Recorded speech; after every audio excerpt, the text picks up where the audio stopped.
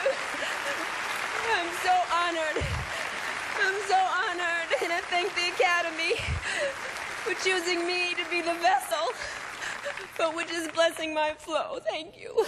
I want to thank my manager, Vincent Cirrincione. He's been with me for 12 long years, and you fought every fight. And you've loved me when I've been up, but more importantly, you've loved me when I've been down. Vincent, I've known you for about 20 years now. I knew you when I was just starting out as an actor. Actor, yeah. this building, not this place, but this building. I remember this office when it wasn't this office, but was it the same? No, this place was only about 7, 8 years old.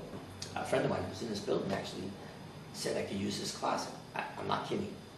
A closet like that, which you can't see, a closet, you put a desk in the phone and said, you can work out of here. It was his office. I worked in his closet. Then one day he said, I'm moving. And I had no money, and I was like, I had no office, so I had to sort of borrow money. And back then the rent was like $460. Yeah, exactly. Now it's well over. It's like 4,000. But the point of it was, is I just, rented this apartment, and from the beginning, people always said, why do you always wear a suit every day, and things like that. Well, in the beginning, I had to realize that psychologically, there was a bedroom and a living room, but to me, I never worked out of my apartment. I lived in my office. And what led you to start developing talent? I mean, how did that come?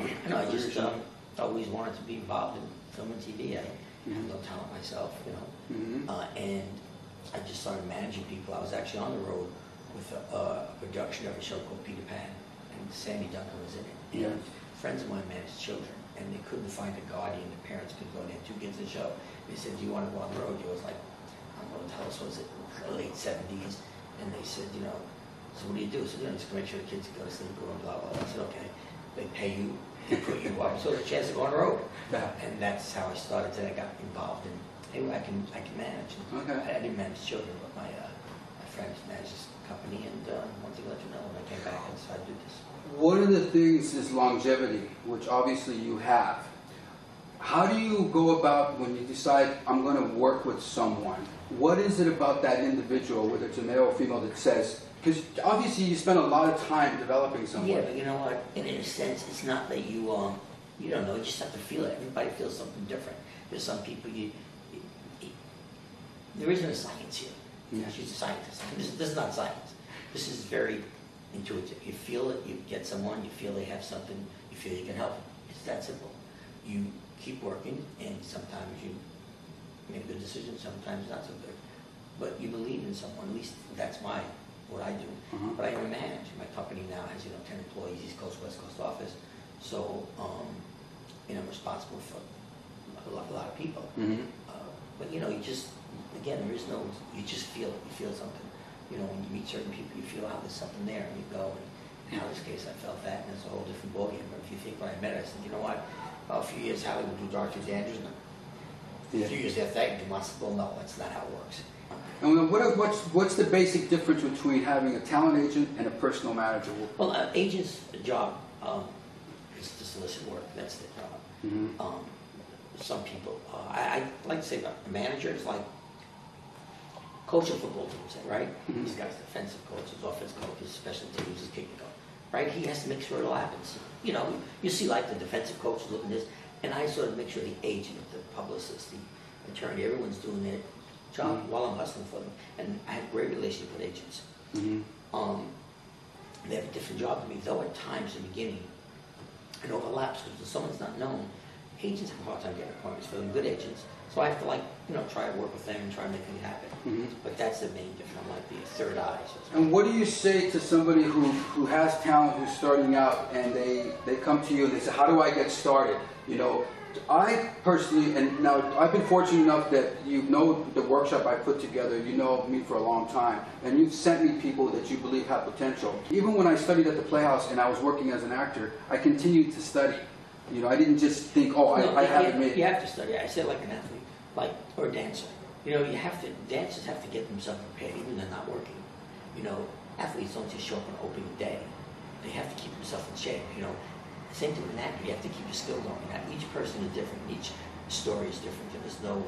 There's no exact science about this. But you have to be prepared.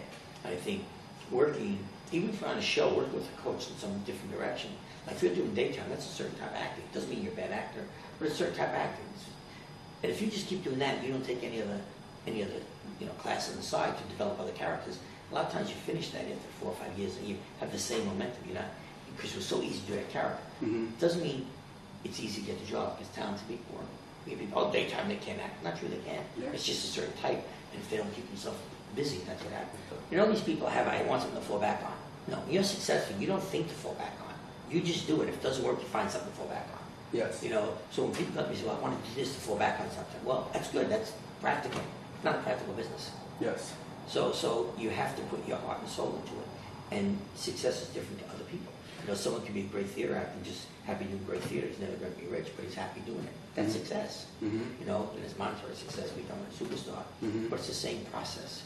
Being in class, like I'll tell, especially young ones, being in class, well, I don't go up every week there. We're not supposed, it's like being to a lecture in college. You listen to the professor, you learn. So when they say that to me, I say, you're wrong thing. Or they want to take a camera class. How's a camera class? You're not going to get a great director. There's some guy working on a camera like this, not his job. So the thing is that you need to just get focused and not complain and go to class and work. And don't say you don't like the class because you don't go up every week. I think you need a scene study class and then a co-reading class, because if you just have a co-reading class, you really didn't learn how to develop scenes. Having come from a drama background in school, high school, college, whatever. That's what I think. But you know, for people out there who are working on the craft, for people out there trying to get started, what would you say to them? Just do it, and don't run everybody looking over your shoulder. Don't worry about your friend, where their careers go, and the auditions. Concentrate on what you want, and just do it.